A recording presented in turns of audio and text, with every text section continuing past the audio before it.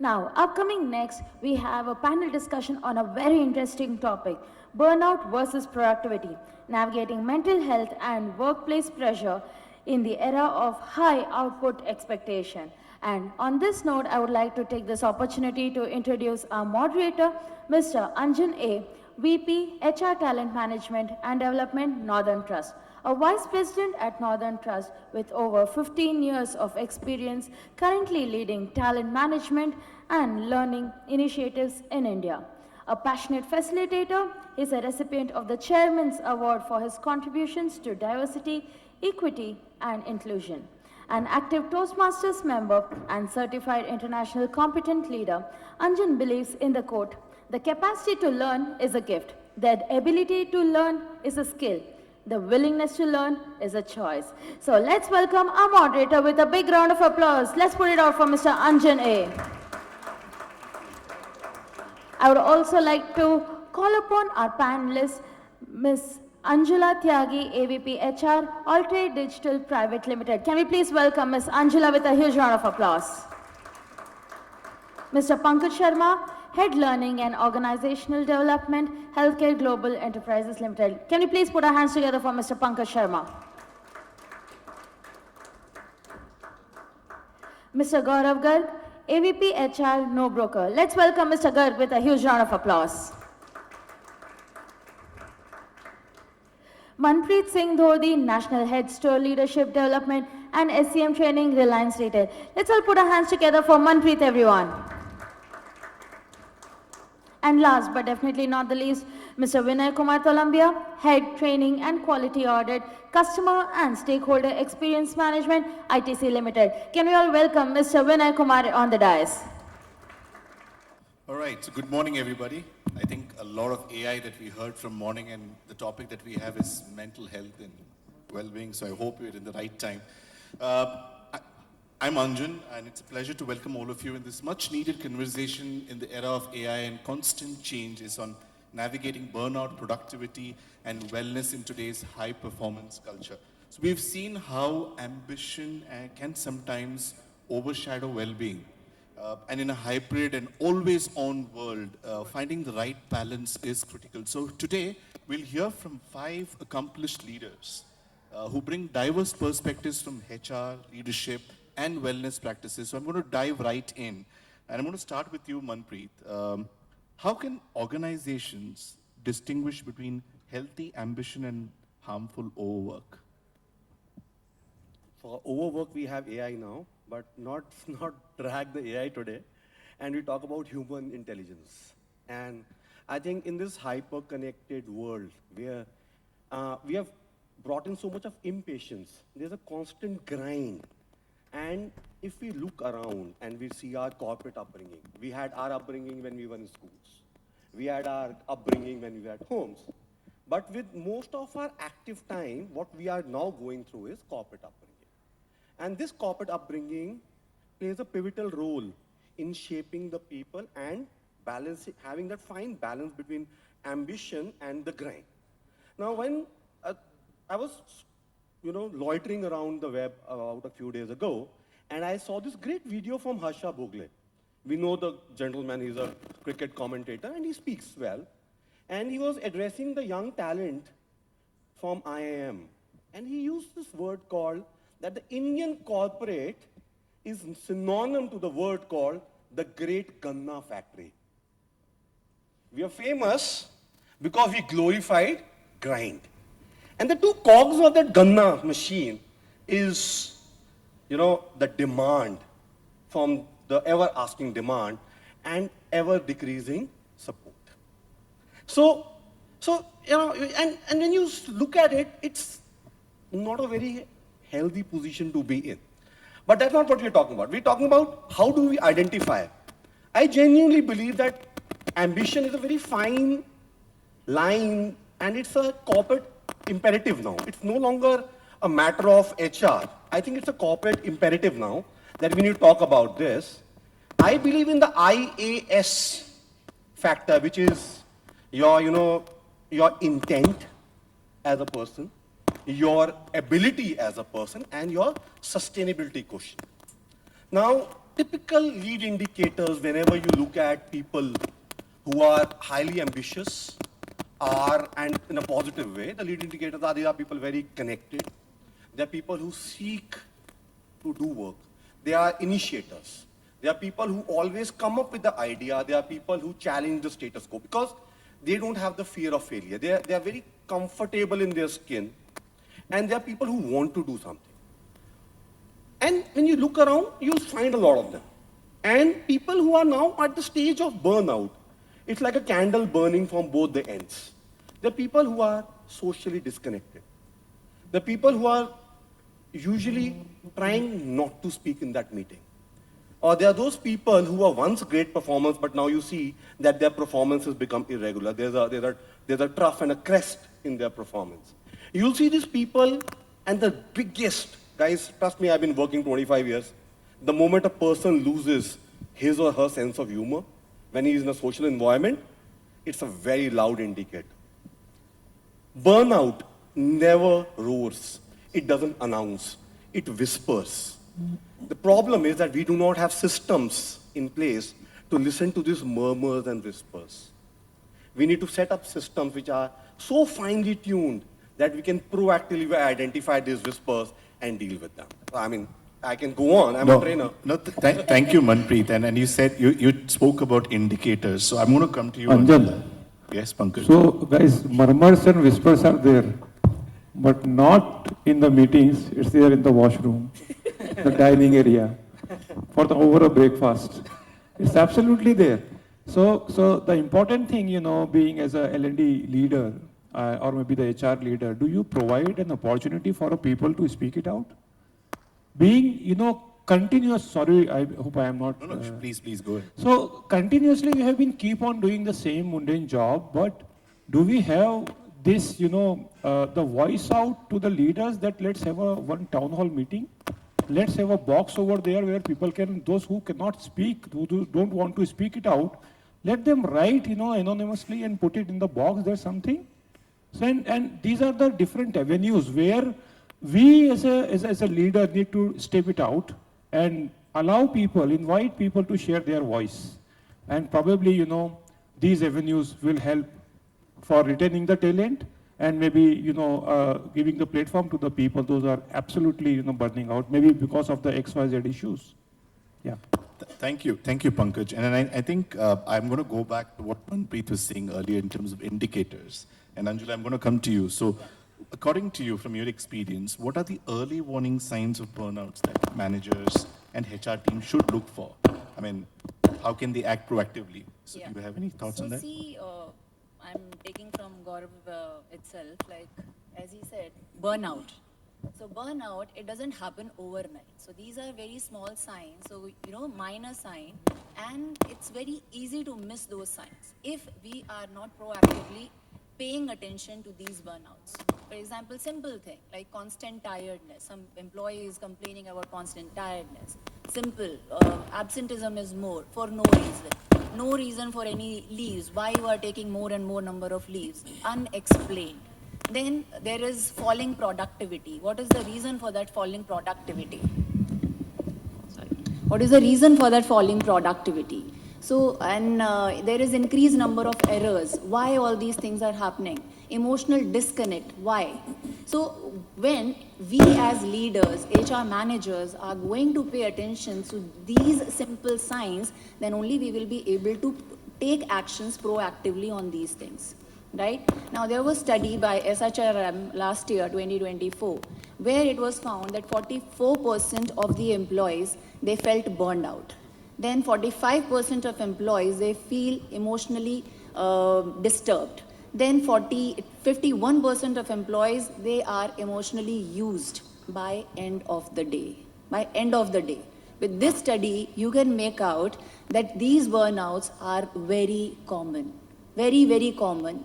Right? So we as HR managers, leaders, we have to work on this. We have to keep track of all these things and take proactive measures. Now, what measures we can take on this? There should be open channel discussions, open meetings where we can keep agenda as wellness. We can give them health resources where we can talk about wellness programs, we can give them wellness days. All these things we have to include in this so that it is not going to helpful only for the employee but for the organization as well. Because productivity is also getting impacted when employee is burned out, isn't it? So there is one famous quote that you can't pour from an empty cup, right? So when you don't have anything, how you are going to give it back? And Ashirwad in starting, when he started, at the end he said that invest to harvest. So one needs to invest on themselves. So that self-care, that well-being is very, very important. Then only you can give back. So if you are taking care of yourself, then only you will be doing the good work. Thank you. Now, thanks, Angela. Well said. And you spoke about programs. So I'm going to come to you, Vinay. Now, you come from a space where there could be a lot of pressure and there could be a lot of work. So do you think employee assistance programs are enough? Or what innovative strategies have you seen that go beyond the traditional wellness offerings? Because everybody's talking about the traditional town halls and meetings and silent conversations, etc. Any thoughts that you would like to share? Good morning and thank you for having me here. So, I would say, Anjan, that EAPs are foundations but not buildings. Okay, EAPs help in crisis management, but they still largely remain reactive. Okay, they can. It's like we can imagine them as safety nets under a trapeze act where they can catch you when you fall, but they won't teach you to fly high. So, as L&D leaders and as HR leaders, we now have to talk about certain things which are not just trendy talks, but could be a strategic investment into human capital. To give you certain examples, I would say that innovation and AI can really help here. So digitization of this concept is going to help us. For example, we can use the apps like Google Fit, and there are many other apps which gives you a trigger to call for micro breakouts and can easily, detect the early stress indicators. So when we use these apps, these are going to really help us. Something related to policies also is a point which needs to be spoken. Like policy for easy to disconnect or time to disconnect. There is a survey, and Anjula also quoted a survey that 44% of people are feeling stressed. The problem is that not even 10% of them are taking those EAPs. So even if we are giving them a platform, they are not utilizing that. So in that case, what could be done? Can we do something which acts as a digital detox period? I think yes, we can. And there have been recent studies that people basically opting for digital detox periods have dropped out their stress levels by exponentially, a low graph. So that's a good thing. We can also talk about stipends, incentivizing this platform.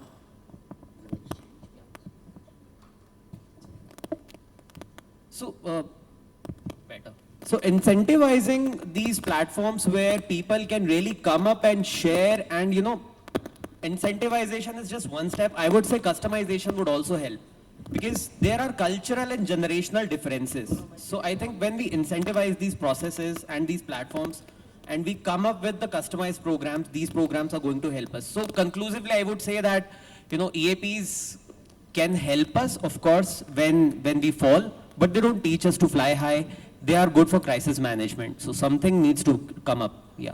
Well said, well said. Thank you, Vinay. And I think I'd also like to bring Gaurav. I'd like to bring you here because a lot of all the speakers speak about these undercurrents and silence. So with hybrid and remote work being the norm today, burnout has become more hidden.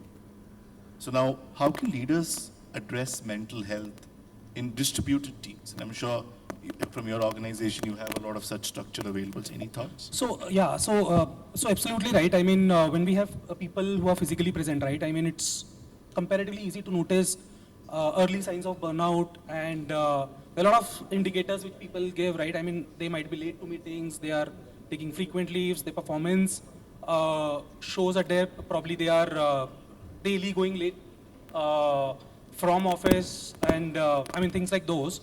And probably in a remote setting, I mean, these signs are difficult to kind of monitor because we assume that a person is going to take more flexibility. I mean, so there is no fixed time slot on which the person is expected to work. The person might take some breaks. The person might basically extend the time based on the breaks that the person takes. So I'll talk about the journey that we kind of traverse. So we started 1.5 years back with a completely remote kind of model. So first learning that we got was that when we had managers who are present in office and they were managing teams which are kind of remote, right? So the expectation that they had in their mind was similar to what they would expect from a person who is sitting in office, right? So basically they are like they're used to seeing people's faces. They're used to make sure that they're around. So they will constantly keep on buzzing those people, etc., etc. Then we shifted to a slightly remote, I mean hybrid kind of environment where a person is basically going to have a team which is in office and a team which is in remote, right? I mean that also didn't work out. I mean that also had a lot of such indications where the remote working team always used to feel that they were left out. I mean, not enough attention from the manager used to go to them because it is natural tendency of a human being that if you are present physically, I will give you more attention as compared to somebody who is. So what we realized was that, so we should build, I mean, in our context, what made us successful was that we build teams which are completely remote and the manager itself is working in a remote fashion. So that is number one that worked really well for us. Second is that I think we also shifted, I mean, we also gave some counseling and training to our managers to become a little more empathetic. I mean, a person who is at home might be basically involved in a lot of household chores as well, right? I mean, they might require frequent breaks, etc., and you cannot keep on buzzing them. So that was something which we kind of educated, and I think more engagement, I mean, and different type of engagement was something which was planned for them. What we have seen is that people who are participating more in those activities are the people who are doing well with us. And also, I mean, they are, I mean, kind of the attrition rates are also low. So, I mean, and that is the engagement program that we designed for remote workplace is also very different from what is there for a work from office kind of workforce. And I mean, with respect to wellness, which could also be a lead or a proactive measure to control any potential burnout. I think what we can do is, or what we have done is that we have also broken down wellness into multiple buckets, right? I mean, typically we focus on a physical or a mental well-being, but what we have also done is that we have focused on a spiritual well-being, a financial well-being. In some cases, I mean, people who are working in, say, field kind of setup, we have also gone ahead and given them self-defense training. So you might be aware that when No Broker started, I mean, our offices were attacked by broker lobbies. And people, I mean, our field people who still go on field to show houses to people, I mean, a lot of times they are chased by brokers, right? So sometimes what happens is that even taking that simple proactive measure of basically identifying and understanding that, okay, this kind of problem can be there, and just helping them basically mitigate that particular risk also helps. No, thanks. Anjan, I would like to add one point here. See, go ahead. we are all humans and we are all here to learn and evolve. So we have all been into the situation ki man kahin aur tan kahin aur. ठीक है? So I think what Gagan highlighted as initiatives are whistleblowing initiatives. It's important for us as L&D leaders to blow the whistle loud out in that case. And as he mentioned the initiatives, you know, EAPs are always reactive.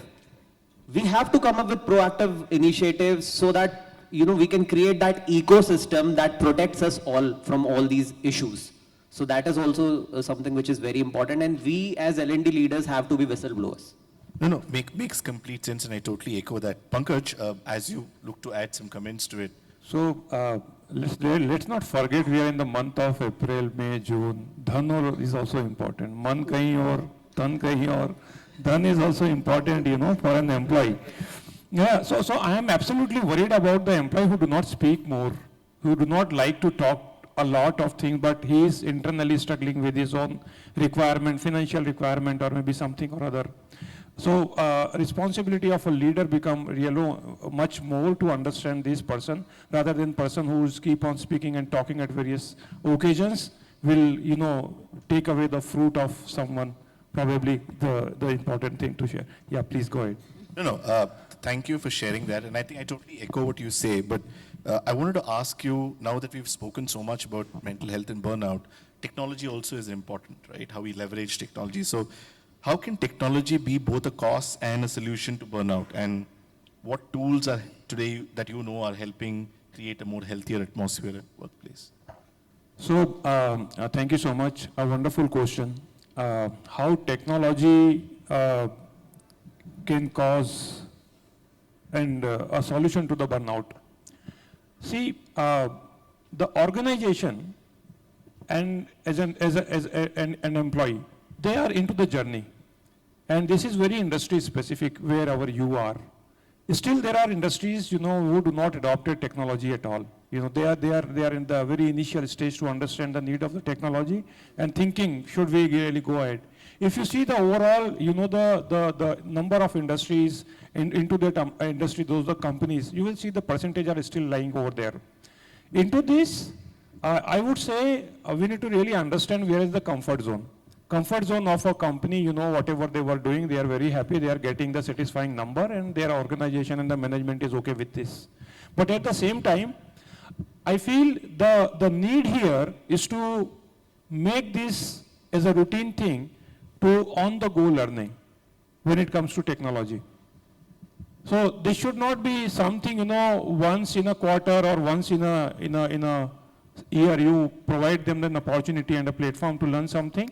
But at the same time, this should be a part of their routine work, right? So it's a responsibility of a L&D leader or a HR to find out the different opportunity and provide them the complete buffet and let them pick and choose what will really help them. But one thing which you can do as a HR leader or L&D leader, you can really share and voice it out, market it out, the benefit of implementing the technology. Recently, Google I/O event happened in San Francisco, I think day before yesterday. They launched 5 new features with Google. I don't know how many of you are aware. So they are coming up with so much things, Are your people and you as a L&D leader or HR leader, are you really aware about the technology which are coming? Do you have your own experimentation and, do you really believe in coming and advocating, let me get my hand dirty first whenever it will reach to the other people? Yesterday I came from Mumbai and my wife was talking about some of the feature in DeepSeek R1. So I told her, she's an educator. So I told her that you are much ahead of the people and the peers into the education industry. Yeah. So do you know about that? The Manus is the application available over there, which has so much things are available. We are struggling in terms of making that conventional PowerPoint presentation, finding out images from there, text from here, and making it and cosmetically, the beautifying it and all. There are so much applications available. You need to just put a click over there and you can use it. For a video editing, I am a content creator. I create a lot of content on social media. So I know that so much is available. Within that one full 60 minutes of video, you can get the best of the click. In one of the click, around the shots, maybe 20 shots, and which catches, the most important information over there. So see the time which you were taking earlier in terms of complete video editing or maybe putting the PowerPoint presentation is really completely squeezed and you will get the very quality work over there. So talk more about the benefits of all those things, which probably people will be able to understand. As I said that it's all about the age of the organization, what kind of population is there, they belongs to which, what kind of group of people. If you have people, those are youngsters, those are pro-technology, put these people in front and arrange and organize some sort of session. So there are always some laggards, those who think, I will learn, we will see to it. We will learn at the last probably, right? And the moment I can guarantee and I can vouch for this, the moment they see that advantage of it, they will become again the advocate for this. So are we really creating that kind of momentum and the platforms and the buffet to the people? And this is the responsibility of we people there. Thank you so much. It's very interesting what you said. Yeah. I think it's the battle of the narratives. You look at anything, you can make it into a monster or you can make it into a saint. It's the narrative that you build. And somewhere, technology, the narrative of technology in workplace is more of a monster who's coming to take your job. It's a whole change management process where somewhere down the line, the education, how this technology will help you grow is missed out, and what is being peddled is that don't do this, otherwise technology will replace you. It's not replacing you, it's coming to you as an aid. Now, we all know that said Sir Edmund Hillary was the first person who climbed the Mount Everest. But he had a Sherpa called Tenzing Norgay, right? Without the Tenzing Norgay, Sherpa, he couldn't have climbed the Mount Everest. Technology is our Sherpa. If we know how to use our Sherpa and how to harness it, it will only take us ahead, and we should not really be scared of it. It's the whole gambit of change management, and digital dexterity should now come as a mandatory competency in organizations who want to evolve. Else we'll always be scared of the monster called technology. Wonderful. Now, great perspective. So I can go on and on. So I'm going to make some changes. So what we'll do is we'll come to you. We're not going to come to, I thought we'll come to the audience right away. We'll not come to you in the end and then scramble for questions. We're happy to answer any questions that you have for the panel that you can ask. Yes, please. Can somebody give her a mic?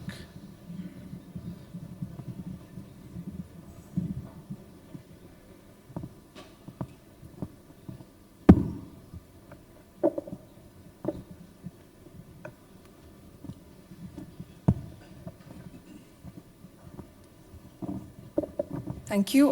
Good morning, panelists. My name is Achla and I represent Myntra.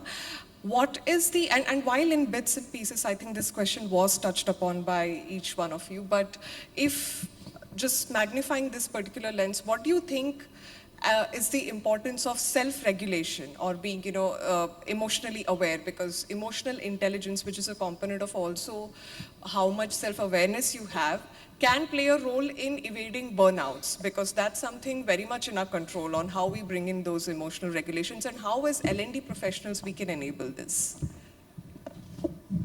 Okay. Can you repeat your name again, please? Achala. Archana. Thank you so much. It's Achla. L-A at the end. Achila. That's right. My apologies. No worries. Okay. So, there is an institute called ICEPS. This is called Indian Society for Applied Behavioral Sciences, right? They conduct two programs. One is called the L group program, another one is called T group program. I don't know whether you come across such things or not. So this is called the human laboratories. L means laboratories. So the human laboratories. T is also human laboratories. So where humans are the subjects. So in chemistry, you have different chemical component. Here humans, each and every individual is a component where they talk and they experiment for a whole week or maybe more than a week, 15 days of program to talk something which is called the here and now. Only here and now. So the most important thing here, what you said, the emotional awareness about the people, right? Also a part of the complete curriculum of learning and development. Call out someone who is expert into those areas and let people speak it out. There should be a Q&A session, right? So I found in an organization you have internal resources, lot of people. You do not know what people are expert into different kind of thing at their personal level. I found there are readers. I found there are players. I found there are meditators. I found there are people those who speak at various platforms. So there are, this is what I am sharing about from my own experience, So you can create your own clubs, small little clubs. People with the like-minded people can come together and they can really rejoice the learning from each other, right? So to bring that emotional awareness, this is again, one of the area where can we do really something? The answer is yes. If you can't do every month, at least once in a quarter. Right. So this is what, I did it, earlier also, and I would like to prefer to, provide such an opportunity for people so that there is a lot of, the emotional awareness, exchange of thoughts and other things may happen. So that will allow people to think the importance of the here and now. And then this is one of the most important thing. Most of the time we think something, which is the futuristic thing, I may become this and that and, the aspiring for something, or maybe something might have happened to you. And in this, the emergencies and exigencies of these two things, we are losing the current moment, and that's here and now. So hope this answers your question.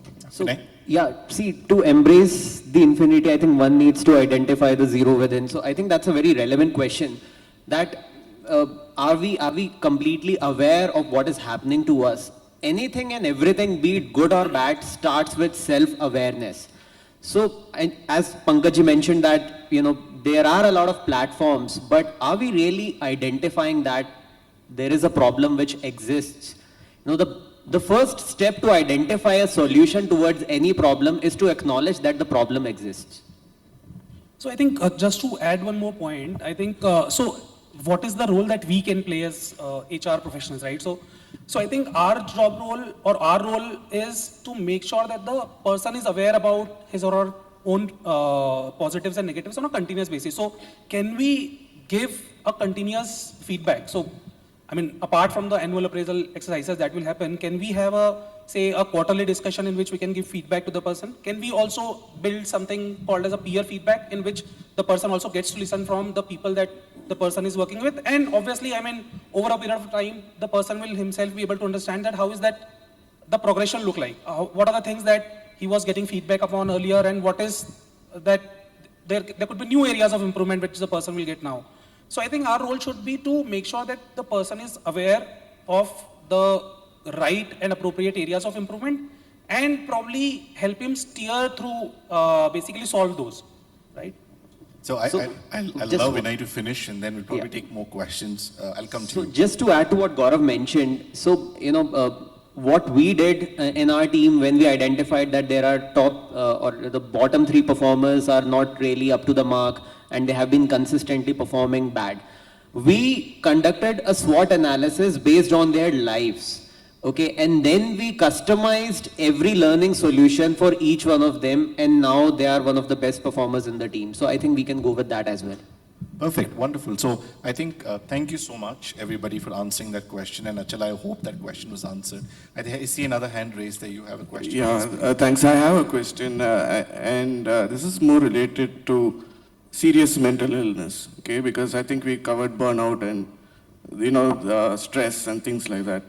But at the other end of the spectrum, serious mental illness is a completely different ball game. It's like a physical illness, right? So from your experience, have you practiced or do you have some good practices to share wherein you've introduced a framework or a mechanism to identify serious mental illness in your organizations? Dealing with mental illness is a very complex topic. Because you have to first go back to the fact that why it happened. It has happened. However, there's an industrial psychological tool called performance resilience matrix. I don't know how many of you follow industrial psychology, where there's a framework called the performance resilience matrix, where what you do when you are working proactively, you box your people in 4 quadrants at the matrix. One is a thriving matrix, the guy who's hitting all the 5 sixes out of the 6 balls. Second is the person who's the fearing burnout. You can see clearly that this person is going into the burnout zone. Third matrix is the recovery matrix, and the fourth matrix is the crisis matrix. Now it's important that, as I said earlier, you need to have a system that is seeking or constantly monitoring your people and finding the early signs of it. Because once it happens, it needs specialized medical attention, and what the organization can do is support this person with additional leaves, medical treatment, and when this person comes back into the work, it's not that he feels that, oh, there's a reputational suicide that has happened. I went through a mental breakdown. You know what happens? We suffer from something known as reputational suicide. Before even we come back into the system, we are so worried that, if I felt sick, and now when I'm trying to come back into the system, this ecosystem will brand me as weak, fragile, and I might not be expected. So what the organization can do is, A, support recovery, B, when the person is coming back, the rehab, and give him or her a system to come to a ground which is nurturing, not judgmental. That's what I would recommend out of my experience. Wonderful. Anybody has any final thoughts? Because I think we have more questions, so I can go back. I do have some case studies to share. I think after the session you can connect, and it's easier speaking than practicing, but I would say that since 2016 I have been practicing one simple concept. I treat stress as a very positive word, like STRESS. It is situation to respond enthusiastically, sensibly, smartly. Okay, I think we partially got what they wanted from the question, I believe. So, I'm going to, in the interest of time, take the other questions. I think the gentleman here had a question. Can somebody pass the mic, please? That would be helpful. I think you are loud enough. You can ask question. Yeah, you can go ahead. Productivity has shown many things. Pankaj said that breakfast, lunch, you missed smoking zone. That's also good to vent out. That why this is coming? Do you think we are missing people to understand that? Because what happened, burnout and all this comes later. It's how people want to vent out. Before burnout, if somebody is listen without judgment, then the rest of the journey can be there, because when the cup is empty, we are ready to pour in our rest of the measures. I want to understand from your panel that are we missing people at the forum in the companies and the other platforms? Thank you. I absolutely can connect where from you're coming. And let me share one recent example of mine, with one of the very senior leader, a lady. I was observing her the way she walked in the office and she was reaching to her cabin and all. She was not in her normal routine essence. So I thought that something is missing there, what is there. So I just reached out to this lady. I said, "Madam, everything is fine.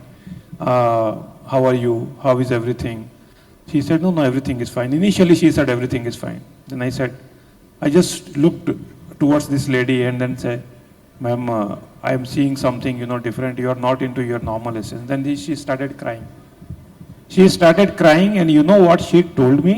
I was able to observe the eyeballs. It was swollen completely. Then she said, "Whole night I was just crying. I was unable to sleep." See, there is only the need to touch.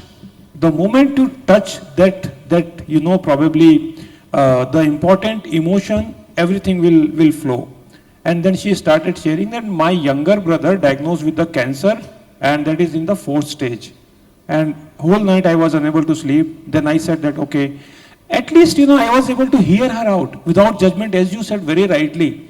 So, and who will do this? Is it a responsibility of a L&D person? Can't reach out to all the people when the organization is so big? Is it a responsibility of a HR department? No, it's a responsibility of each and every leader, each and every manager in an organization. What we can do, we can provide them, the managers especially, the sessions, small sessions to identify such things. And believe you me, let me share with you one of the things. How you win the people for the life. You win the people, and I always used to tell to my salespeople whenever I am training the salespeople there. Do you know their highs and the lows of their life? They said, "Sir, what do you mean by highs and the lows?" Ask them 2 questions. Share one of the best achievement of your life which really make you feel wow, which really make you feel celebrating something. Then people share, "Sir, that day, I was winning this competition. I took flight ticket for my parents." That people share high moment of their life, and the low moment they never wanted to go there. Something drastically, the worst of the things happens. The pulse here, while they are sharing these emotions with you, are you really traveling with them? Are you really with them? People never forget the managers, those who are absolutely with them in their highs and the lows moment. And another important thing, why people are working for this organization? What is the reason? And where the goal setting really plays a very important role, which is out of the organizational thing, where the bigger cause and the reason why people are working here as an employee. If manager and leader can really connect these 2-3 things, I think the journey will be much more smoother, the understanding is much more better, and such kind of thing, whenever such things happen, people are open to share. Yeah? So I would like to add here. So here in organization, this is related to your question only. Like empathy is missing. Yes, 100%. So we got the data from mental health at work. So now what data we got here? So 86% of the organizations, they have their own executives who are responsible for the burnouts. They are least bothered. Then 60%, they are saying that we will prioritize this, but not doing. Only 41% people, they are actually following, they want to help their employees over there. So here the gap from 86% to 41%. So we as leaders, we need to bridge that gap. Now how we are going to bridge? So as leaders, we need to open up. We need to start these conversations. We need to share our own stories. We need to share our own challenges, maybe at work front, work and life balance, with our stress, how we dealt, as he mentioned, high and lows, of course. But not everyone will be ready to share their low. High, most of the people. But leaders can take this initiative to share their low. Then only employees will be getting that comfort. Okay, it's a safe place to share. It's a safe place to, connect with people. And as leaders, we have to back them. We have to support them in this, that whatever you are saying to me, whatever you are discussing this with us, it will be here only. And then we have to work for them, whatever policies, whatever wellness programs, we can work for them. That support, like leaders can only give, not employees. I love this. And there is a word in the terminology called vulnerability. Yeah.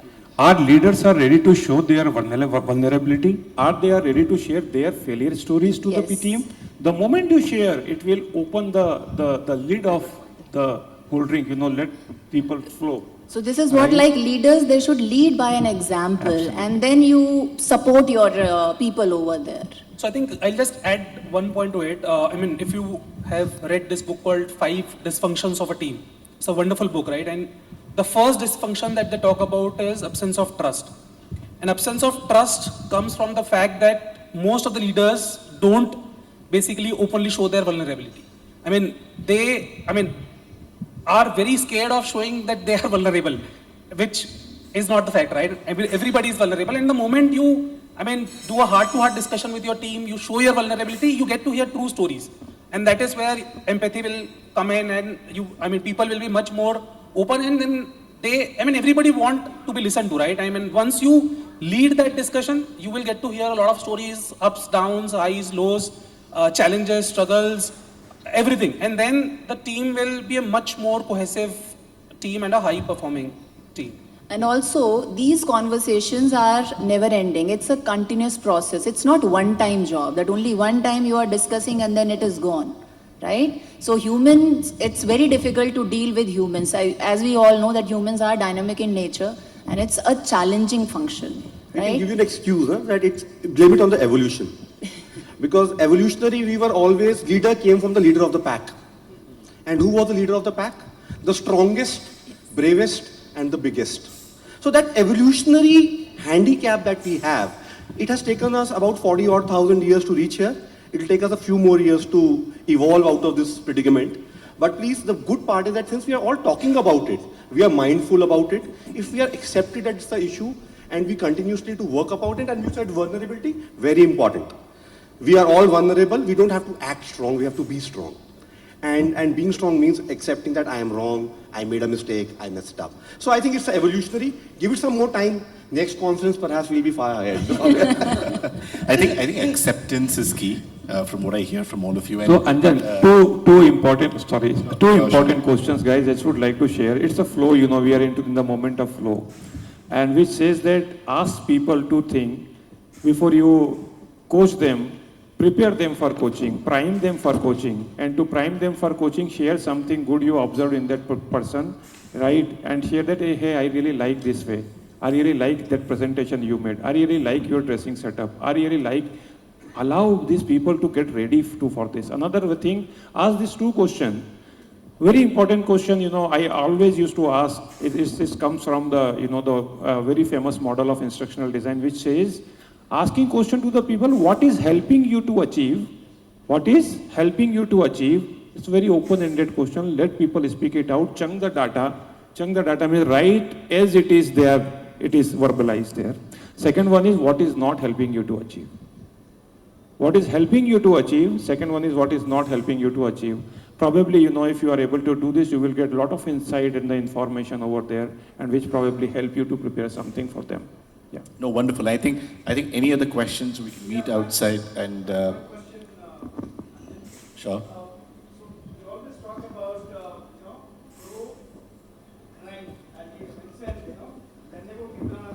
कितनी बारी?